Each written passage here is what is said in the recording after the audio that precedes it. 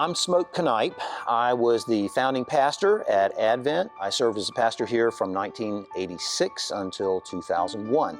I'm Jane Smith, and in 1984 we learned that a new congregation was going to be starting, and we called the district office and got involved with some of the initial meetings in the planning of a new congregation that became Advent.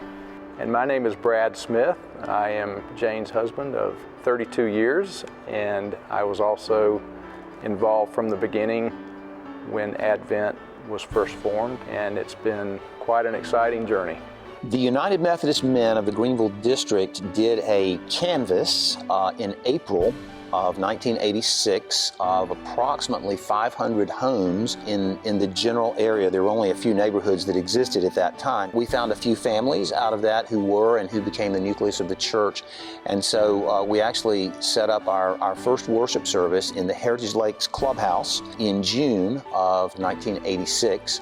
And my memory is that there were 17 people at that service, which was not really a whole lot. And honestly, they would tell you not to start a church that way today, but we just really made it up as we went along. And fortunately, God worked through all the good things we did and all the mistakes we made as well. Definitely major changes were, first of all, building the first building that we had on this campus.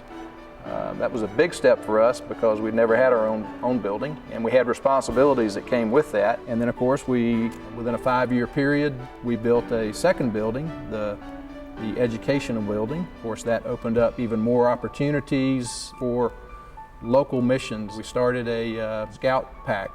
We had room for that. We started a school for special needs children because we now had the facilities to do that. So each time we've expanded, it's opened up more opportunities for us to serve the local community, and in some cases, more foreign missions also. I think there are a lot of things that have happened that no one expected specifically. Perhaps the one that comes most immediately to my mind that is just one of those things that we call God things was William McCauley coming into our lives. William and his family had come here for him to be a student, and they were having hard times paying the power bill in the wintertime, and we needed a custodian at that time, and William became the custodian of the church, and then slowly but surely became a part of the church family, and the rest is history, as they say. I don't think that's anything that anybody would have ever dreamed or imagined, that this man from Africa walks into your life, and then years down the road, the church has become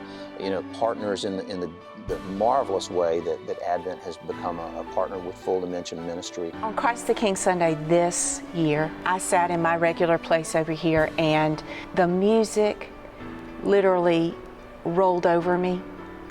And I thought to myself, man, way back in 1986, 87, when we began meeting and we chartered, who could dream that we would have a music program like we have? I think all the time about the mission opportunities and the outreach going across the world that we never dreamed about or thought about. I think about the dynamic youth program that we have. Well, I don't think Advent or any other church is about any pastor or any group of people. I think it's God's church, and I think that it was in God's plan for Advent to be here, and God blessed the work that was done. Many faithful people gave of themselves in many wonderful ways, and God works through people. But my excitement about the future of Advent is that God's Spirit is with this church. There's really no telling what the future holds. I think God opens up the next door, and you walk through the next door,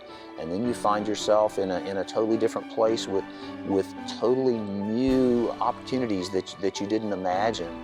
So I think the thing is to step out in faith and walk through the next opportunity, the next door that God puts in front of you.